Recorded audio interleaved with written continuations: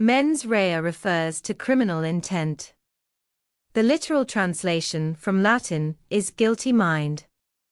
Mens rea is the state of mind statutorily required in order to convict a particular defendant of a particular crime.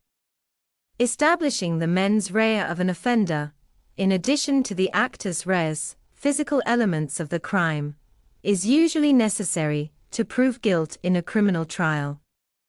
The prosecution typically must prove beyond reasonable doubt that the defendant committed the offense with a culpable state of mind. Following are hierarchical categories of states of mind.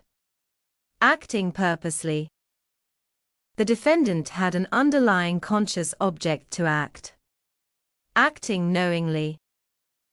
The defendant is practically certain that the conduct will cause a particular result. Acting recklessly. The defendant consciously disregarded a substantial and unjustified risk. Acting negligently. The defendant was not aware of the risk, but should have been aware of the risk.